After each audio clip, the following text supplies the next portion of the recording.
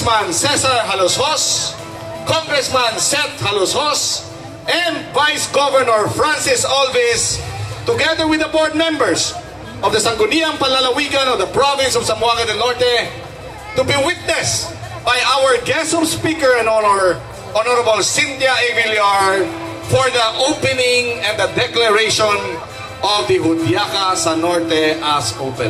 May I request the Governor and our distinguished personalities.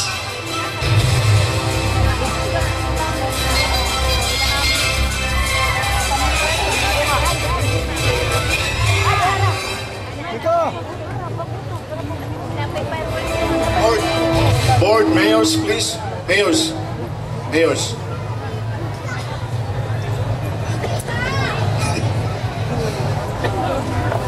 Daghang salamat mga mayor sa atong mga lumulupyo sa atong probinsya sa Zamboanga del Norte.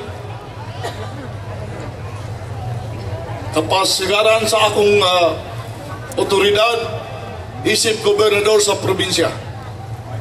Akong now i-declare ang pag-open o pagsugod sa atong Judiaca Festival 2012.